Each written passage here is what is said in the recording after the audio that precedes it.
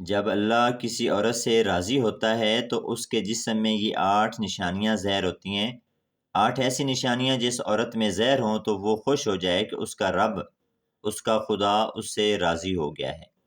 بسم اللہ الرحمن الرحیم۔ اللہ راضی ہوتا ہے تو 8 نشانیاں ظاہر ہوتی ہیں۔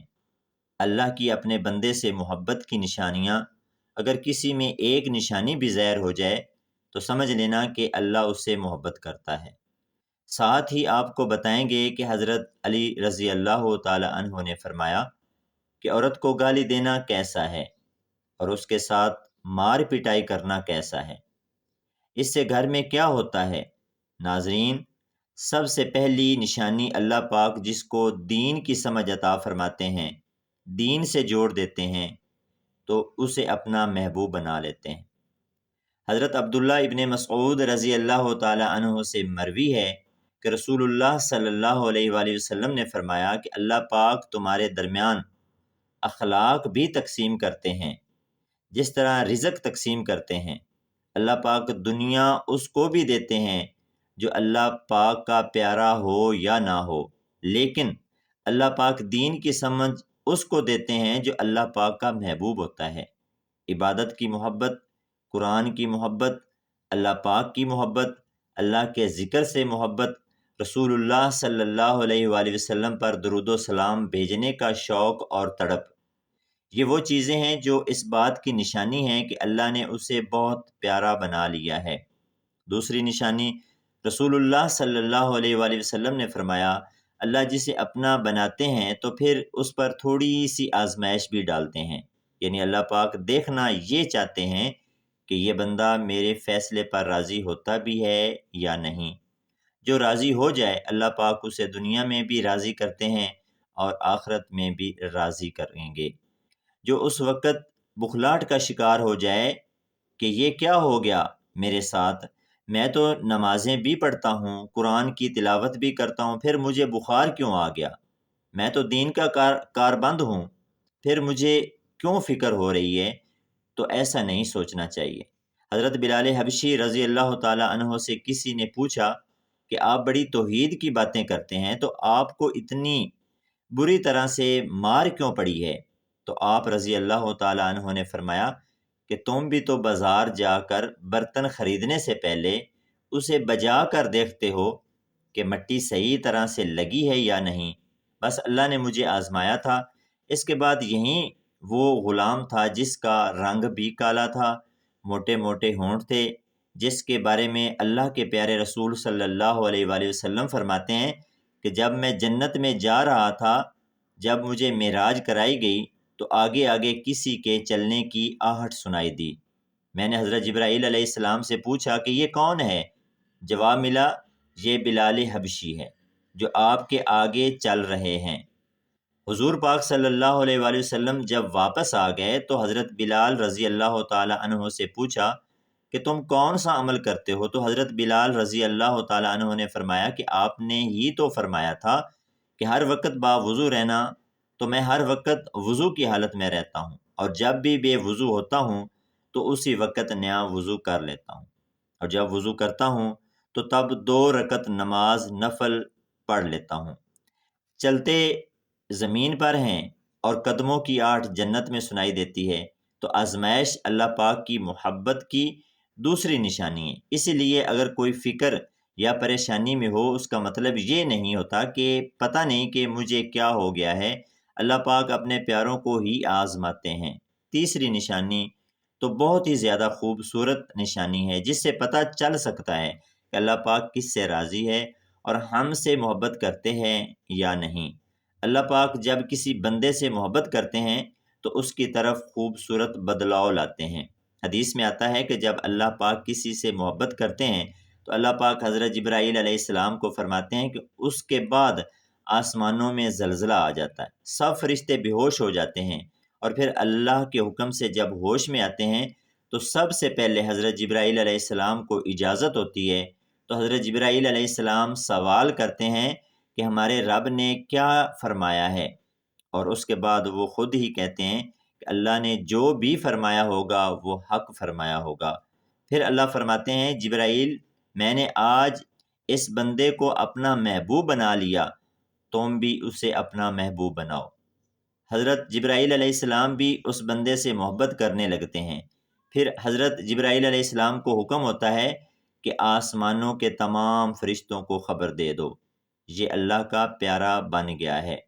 حضرت جبرائیل علیہ السلام، آسمان کے تمام فرشتے اور تمام نورانی مخلوقات بھی اس سے محبت کرتے ہیں۔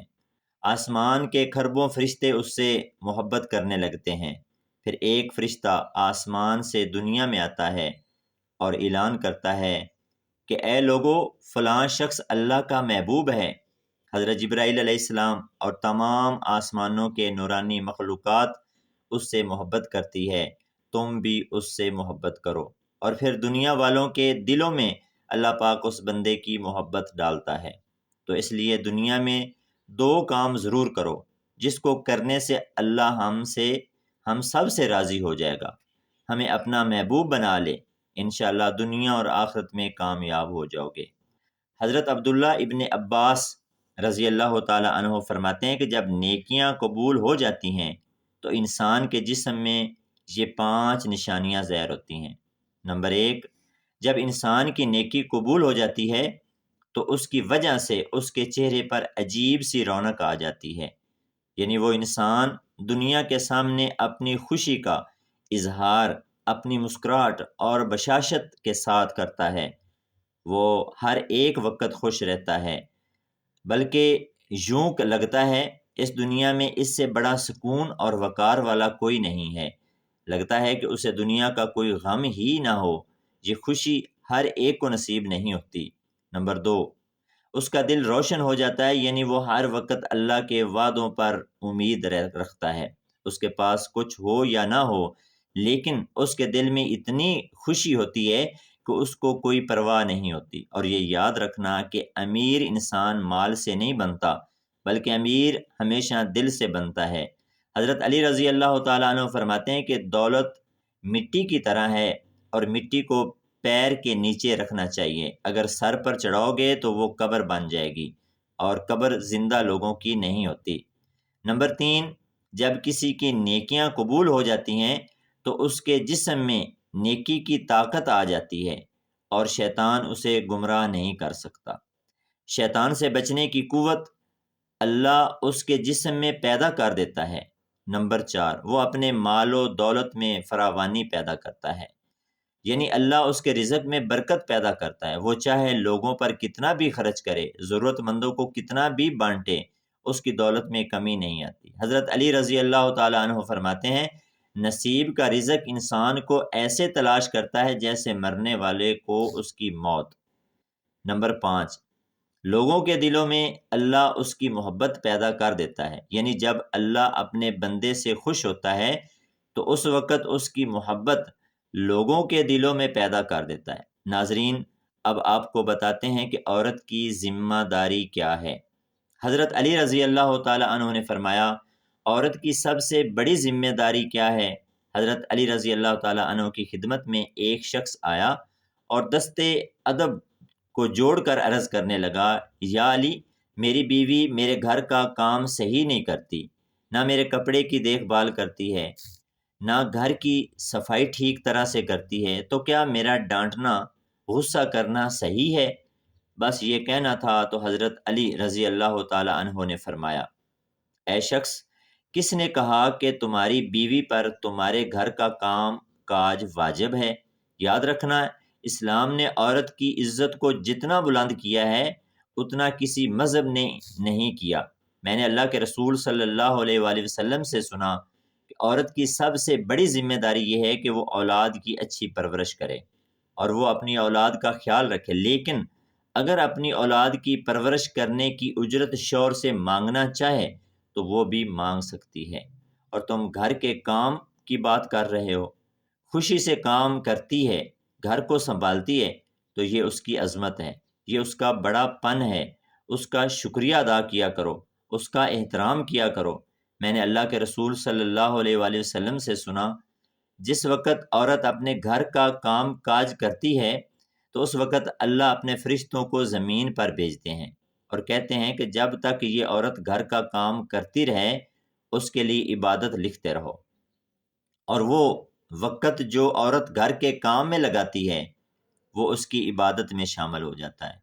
یہ عورت کی عظمت ہے کہ وہ تمہارے گھر کو جنت بناتی ہے، تمہارے بچوں کو عظیم انسان بناتی ہے۔ لیکن اگر کوئی عورت پر ظلم کرے، گھر کے کام کی وجہ سے اسے ٹوکتا رہے، اس پہ ظلم کرتا رہے، تو روز محشر اللہ اس انسان کو گدھے کی شکل میں اٹھائے گا، اور دوزخ کا ایک دروازہ ان لوگوں کے لیے کھولا جائے گا، اور یہ کہا جائے گا کہ یہ وہ انسان ہے جنہوں نے اپنی ہی عورتوں پر ظلم کیا، ان کو حقیر سمجھا، ان کو غلام سمجھا۔ ناظرین، اب ہم آپ کو بتاتے ہیں، حضرت علی رضی اللہ تعالی عنہ نے فرمایا، گھر میں عورت کا رونا کیسا ہے، عورت پر ظلم کرنے کی کیا سزا ہے۔ حضرت علی رضی اللہ تعالی عنہ راستے سے گزر رہے تھے، دیکھا کہ ایک شخص اپنی بیوی پر ظلم کر رہا تھا۔ حضرت علی رضی اللہ تعالی عنہ ان کے قریب گئے اور فرمانے لگے، اے شخص، اللہ سے ڈرو، تمہاری مفلسی، پریشانی اور رزق میں تنگی کا سبب یہ ہے کہ یہ تمہاری بیوی تمہارے ہی ظلم کی وجہ سے تمہارے ہی گھر میں روتی ہے۔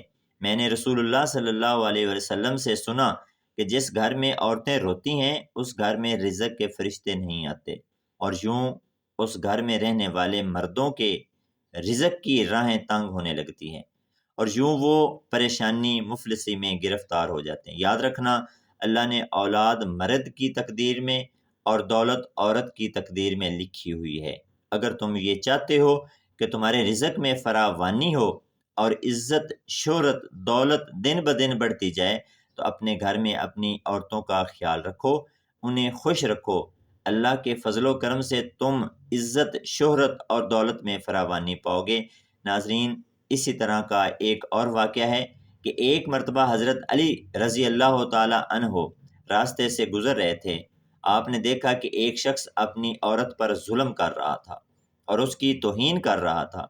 حضرت علی رضی اللہ تعالی عنہ ان کے قریب گئے اور فرمانے لگے، اے شخص، یاد رکھنا، اللہ نے مردوں کو طاقتور اس لیے بنایا ہے تاکہ وہ عورت کی حفاظت کر سکیں، نہ کہ عورت پر ظلم کریں۔ میں نے نبی کریم صلی اللہ علیہ وآلہ وسلم سے سنا کہ جو مرد اپنی عورتوں پر ظلم کرتا ہے تو اللہ اس پر لعنت بھیجتے ہیں۔ تو اس نے کہا کہ یا علی، یہ میرے نکاح میں ہے، میں اس سے جو بات کہتا ہوں یہ میری بات نہیں مانتی۔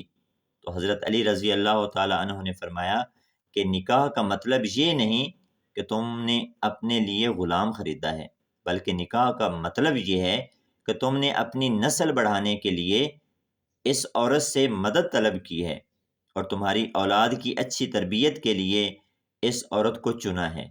اے شخص، جس سے مدد لی جائے اس کو غلام نہیں سمجھتے، اور جو تمہاری اولاد کو پروان چڑھائے اسے حقیر نہیں سمجھتے، بلکہ تمہیں اس کا شکر گزار ہونا چاہیے۔